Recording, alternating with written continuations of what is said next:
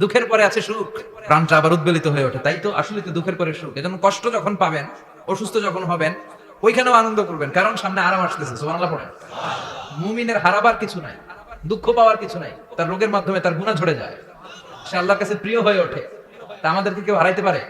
কথা বলেন, আমাদের কেউ ভয় দেখাইতে পারে? মোটিভেশনাল সূরা, সূরাতুল ইনশিরাহ আর সূরাতুদ দুহা। এখানে অনেক হিউজ মোটিভেশন আছে। যারা হতাশ, যাদের জীবন ভাল লাগে না, মরে যেতে মনে চায়, গার্লফ্রেন্ড গালি দিছে, আছে না নাই? আবার বয়ফ্রেন্ড গার্লফ্রেন্ডের গালি দিছে, এ ওড়না পেঁচায়া ফ্যানের মধ্যে ঝুলে আত্মহত্যা করে। কত বড় পাগল তুই, মরলি কেন? গালি দিছে তো কি হয়েছে? হ্যাঁ, বুঝতে চায় না, হতাশ হয়ে যায়। আর বয়স কম তো, ইচড়ে পাকা, অল্পতে কাবু হয়ে যায়।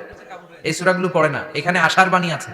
আজকে আমি জানি কথা শোনাবো আপনাদেরকে, শুরুতে আগে সংক্ষেপে বলে দিই। এই সূরার মূল কথা হচ্ছে, মানে সেন্ট্রাল থিম বা সাবজেক্ট ম্যাটার, সূরাতুদ দুহার কেন্দ্রীয় আলোচ্য বিষয় হচ্ছে নিরাশ হবেন না, হতাশ হবেন না, হাল ছাড়বেন না, ভরসা রাখবেন কার উপর? মুমিনরা নিরাশ হয়, হতাশ হয়, হাল ছাড়ে, নাকি ভরসা রাখে? কার উপর ভরসা? কার উপর ভরসা থাকবে? একজনের উপর। চিল্লায় বলেন, তিনি কে? Never lose hope. Every time you feel like you cannot go, you feel so lost that you are so alone. Don't despair and never lose hope, 'cause Allah is always by your side. Inshallah, inshallah, inshallah, you'll find your way. Inshallah, inshallah, inshallah, you'll find your way. Every time you feel like you cannot go on, you feel so lost that you are so alone. Don't despair and never lose hope, 'cause Allah is always by your side. Inshallah, পড়েন, Inshallah, inshallah, you'll find a way. Inshallah, inshallah, inshallah, you'll find a way. ঠিক কি না? কি সুন্দর নসিব। Never lose hope, you will find your way. তুমি তোমার পথ খুঁজে পাবে। আমাদেরকে পথ দেখায় কে? আল্লাহ। এজন্য সূরাতুদ দুহার কেন্দ্রীয় আলোচ্য বিষয় হচ্ছে হতাশ হওয়া যাবে না, নিরাশ হওয়া যাবে না, হাল ছাড়া যাবে না, ভরসা রাখতে হবে একজনের উপর। চিৎকার করে বলেন, তিনি কে? হতাশ যারা, ফ্রাস্ট্রেটেড, আপসেট পিপল, তাদের জন্য, হতাশ ব্যক্তিদের জন্য এই সূরাটা একটা আলোকবর্তিকা, একটা আলোর মশাল। এই সূরাটা পড়লেই হতাশ ব্যক্তিরা মনে শান্তি পায়, আশা ফিরে পায়, দিক ফিরে পায়। ঠিক কি না? এই সূরাটা নাজিল হওয়ার একটা ব্যাকগ্রাউন্ড আছে, শুনবেন। বিষ্ণু ঈসা ইসলামের কাছে যখন ওহী নাজিল হতে শুরু করলো, বিষ্ণু ঈসা ইসলাম ওহীর কথাগুলো পৌঁছে দিতে লাগলেন। যাই নাজিল হতো বিষ্ণুনবী পৌঁছে দিতেন, বিশ্বনবী সাহাবাদের কাছে শেয়ার করে দিতেন। যেটাই নাজিল হতো তিনি পৌঁছে দিতেন, যেটাই, কারণ আল্লাহর আদেশ, ইয়া আইয়ুহার রাসূল বাল্লিগ মা উনজিলা ইলাইক, ও নবী আপনার কাছে আমি ওহী থেকে যা নাজিল করি সব পৌঁছে দেন, একটাও গোপন করা যাবে? আল্লাহর কাছ থেকে বিশ্বনবী যে সমস্ত মেসেজ, ইনফরমেশন, তথ্য, রেভেলেশন ওহী পেয়েছে, একটাও কি বিশ্বনবী গোপন করেছে? সব প্রকাশ করে গিয়েছে, সব শেয়ার করে গিয়েছে। বিশ্বনবী শেয়ার করতে লাগলেন। সকালে যা নাজিল হয় শেয়ার করেন, দুপুরে নাজিল হয় শেয়ার করেন, রাতে নাজিল হয় শেয়ার করেন, শেয়ার করতে লাগলেন। কিন্তু কি অবাক করা কাণ্ড, হঠাৎ করে এই ওহী আসার ধারাবাহিকতা আল্লাহ বন্ধ করে দিলেন। ওহী আর আসে না, আকাশ থেকে নতুন তথ্য আর নামে না। ঘটনা কি? ওহী আসে না কেন? তথ্য আসে না কেন? জিব্রাইল আসে না কেন? কোন বর্ণনা এসেছে 15 দিন, কোন বর্ণনায় 1 মাস, 3 মাস, এমনকি 6 মাস পর্যন্ত বর্ণনা পাওয়া যায় যে বিশ্বনবীর কাছে 6 মাস ওহী আসে নাই। বিশ্বনবী তো অবাক, ঘটনা কি? ওহী নামে না কেন? আর ওহী না আসলে তো বিশ্বনবী শেয়ার করতে পারে না। এতদিন যা আসতো বলে বেড়াতো, এখন আসেও না, বলতেও পারে না। কাফির মুশরিকরা বিশ্বনবীর গালি দিতে শুরু করলো, মুহাম্মদের রব মুহাম্মদের ভুলে গেছে, মুহাম্মদের আল্লাহ মুহাম্মদের ছেড়ে দিয়েছে। বিশ্বনবীর চাচি আবু লাহাবের স্ত্রী উম্মে জামিল বলতে শুরু করলো, কি মুহাম্মদ, তোমার শয়তানটা তোমার কাছে আসে না? না, শয়তান দ্বারা তিনি জিব্রাইলকে বুঝিয়েছেন যে তোমার জিব্রাইল তোমার কাছে আসে না। এভাবে সবাই গালমন্দ করতে শুরু করলো যে মুহাম্মদের আল্লাহ মুহাম্মদকে ভুলে গিয়েছে। বিষ্ণু ইসলাম নিজেও হতাশ হয়ে গেলেন, কি রে ওহী আসে না কেন? আমার কোনো ভুল হচ্ছে না তো? আমার কোনো অপরাধ হয়ে গেল না তো? আল্লাহ কি আমার উপর অসন্তুষ্ট হয়েছেন? আল্লাহ কি আসলেই আমারে ভুলে গেছেন? আল্লাহ কি আমাকে ত্যাগ করেছেন? তিনি কি আমার উপর রেগে আছেন? আমরাও মাঝে মাঝে এরকম হতাশ হয়ে পড়ি। এরকম হতাশ লোক আছে না নাই? কি রে আমার দোয়া কবুল হয় না কেন? আল্লাহ আমার ডাকে সাড়া দেয় না কেন? আমার জীবনে এত দুঃখ কেন? আমার জীবনে তো ভালো কিছু হয় না, খালি সব কষ্ট আমার কেন? এরকম আছে না নাই? এরকম হতাশদের জন্য এই সূরাটা একটা আলোকবর্তিকা, মোটিভেশনাল সূরা। আলহামদুলিল্লাহ পড়ে বিশ্বনবীকে আল্লাহ আশ্বস্ত করলেন, আর এই সূরাটা নাজিল করলেন, আর বললেন ওয়াদ-দুহা, ওয়াদ-দুহা। দুহা মানে আলো, দুহা মানে আলো, প্রভাতের সূর্য কিরণের শপথ। Look up, the sunlight, it's a very beautiful day out দেয়ার।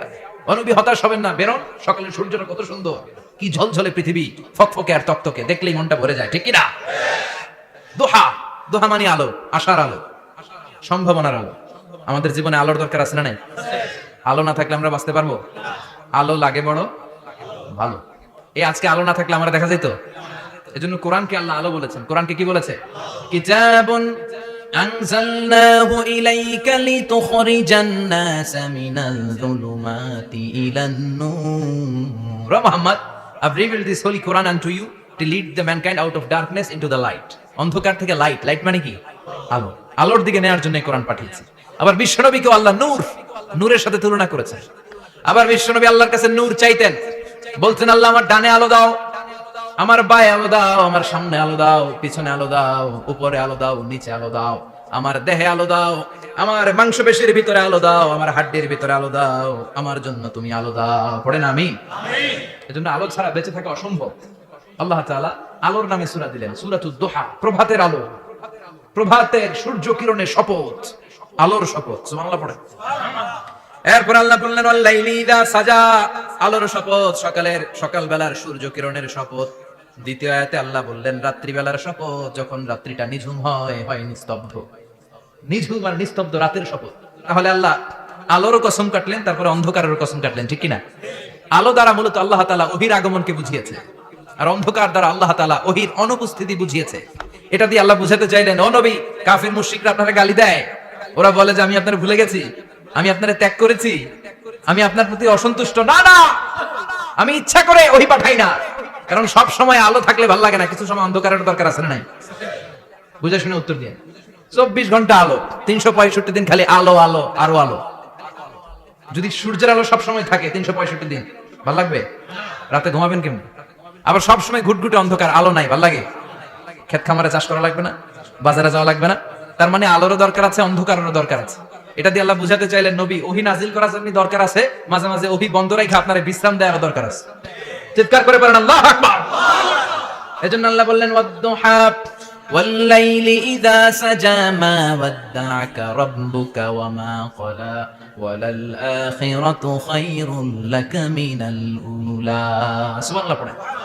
ও নবী, প্রভাতের সূর্য কিরণের শপথ, নিঝুম নিস্তব্ধ রাত্রিবেলার শপথ, আলো আর অন্ধকারের শপথ করে আমি বললাম, আপনার প্রভু আপনারে ভুলে যায় নাই, আপনার উপর অসন্তুষ্ট হয় নাই। আমি আল্লাহ ইচ্ছা করে ওহী বন্ধ রেখেছি, কারণ ওহীর একটা পাওয়ার আছে, বারবার ওহী রিসিভ করলে আপনার স্নায়ু এটা সহ্য করতে পারবে না, আপনার দেহ এটারে বরদাস্ত করতে পারবে না। নবী, আমি আপনার প্রতি এত রহম দিল, এত ভালোবাসি, বারবার ওহী নিতে নিতে আপনার যে কষ্ট হয়, এই কষ্টটা আমার আল্লাহর সহ্য হয় না। এজন্য আমি আল্লাহ ইচ্ছা করে কিছুদিন ওহী বন্ধ রাখছি। সুবহানাল্লাহ পড়েন। তার মানে এই নয় যে আমি আপনারে ভুলে গিয়েছি, আমি আপনারে ছেড়ে দিয়েছি। আরে নবী, আমি তো আমার নামের সাথে আপনার নামকে জুড়ে দিয়েছি। লা ইলাহা ইল্লাল্লাহ মুহাম্মাদুর, যেখানে আমার আল্লাহর নাম সেখানে বিশ্ব নবীর নাম আছে না নাই? আযান যখন দেয় আল্লাহু আকবারের পরে বিশ্ব নবীর নাম আছে না নাই? একামতে আছে না নাই? আবার আল্লাহর জন্য যখন সালাত আদায় করি, শেষ বৈঠকে বিশ্ব নবীর উপর দুরূদ আছে না নাই? রাফা'না লাকা যিকরাক, ও নবী, আপনার নামকে আমি অনেক উপরে তুলে ধরেছি। আমার নাম যেখানে, আপনার নাম ওইখানে, গোটা বিশ্বব্যাপী আপনার নাম ছড়ায় যাবে। ওরা আপনারে গালি দেয় কবি বলে, ওরা গালি দেয় গণক বলে, ওরা বলে আপনি আবতার, লেস কাটা। আসলে যারা আপনারে গালি দেয় ওরাই লেস কাটা। ওরা আপনারে বলে আপনি নির্বংশ, আপনার ছেলেগুলো বেঁচে নাই, মেয়ে বেঁচে আছে, আপনার নাম নেই আর কেউ থাকবে না। ওই আবু জাহেল, উতবা, সাইবা, ওদের নাম নেই আর কেউ থাকবে না। আপনি লেস কাটা নন, আপনি নির্বংশ নন। ইন্না শানিয়াকা, চিল্লায় বলেন ইন্না শানিয়াকা। যারা আপনারা গালি দেয়, যারা আপনারা নিয়ে কটু কথা বলে, ওরাই লেস কাটা, ওরাই নির্বংশ। ওদের বংশকে আমি আল্লাহই নির্বংশ করে ছাড়ি। চিল্লায় বলেন ঠিক কিনা? ও নবী, মা ওয়াদ্দাআকা রাব্বুকা ওয়া মা ক্বালা, আপনার রব আপনারে পরিত্যাগ করে নাই, আপনারে ভুলে যায় নাই, আপনারে ছেড়ে দেয় নাই। আপনার রব ইচ্ছা করেই ওহী নাজিল বন্ধ করে রেখেছে। আমি ইচ্ছা করেই